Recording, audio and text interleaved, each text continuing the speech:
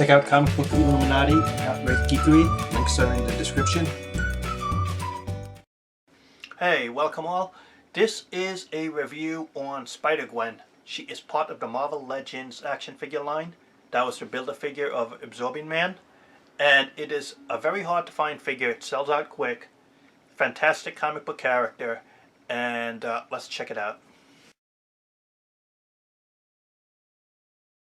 This is Spider-Gwen, part of the Marvel Legends Absorbing Man wave. And it does have the unmasked Gwen Stacy head. Really nice action figure. It uses that teen type of body mold that Hasbro has used, such as on Jubilee, for example. The hood does go back a bit here. What's really nice is the attention to detail from the comic costume, because there's always like some shading around the eyes over here. I like how they were able to copy the comic art and give that type of shading effect, as well as being accurate to the hood colors here. And what really made it stand out in the comics is just fantastic costume design. I mean, it just it really hit the fan base as something really popular. Look at this. If you notice it, this is where the head of the spider starts, is in the back of the costume actually. It's supposed to be like going over for a spider effect.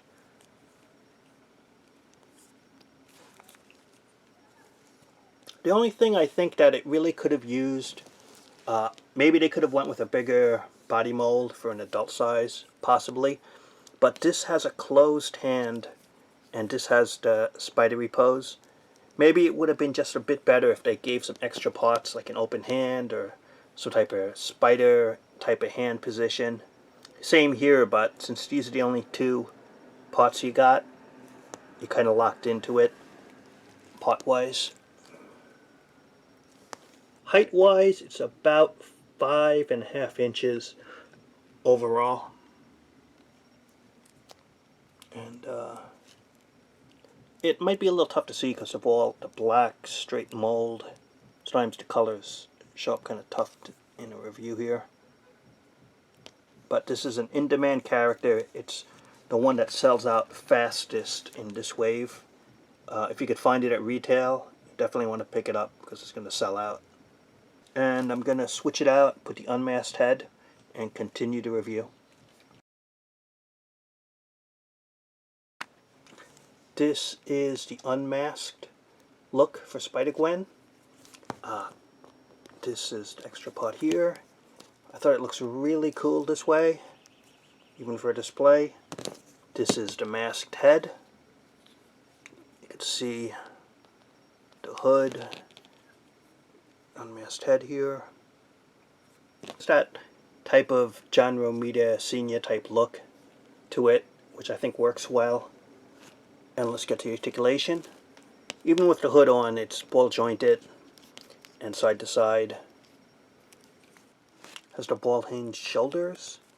They're out, up or down. And it has one point of articulation at the elbows here, but pretty stiff articulation. And you can turn it. Same here. And the hands, ball jointed, spin around, in or out. That's a closed fist, and this right here has the spidery pose, web shooting pose. Ball hinge torso here, and side to side, but there's no waist articulation.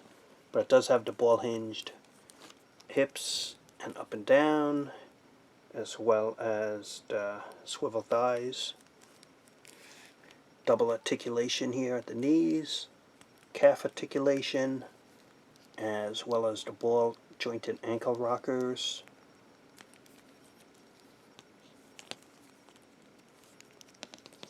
And gonna give my final word on the action figure. Coming right up.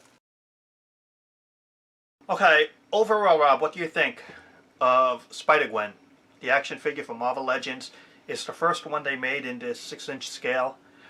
I think it is overall a really nice, well-made figure of a popular character in a kick-ass costume.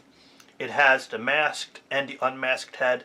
It uses that teenage build mold that Hasbro's been using.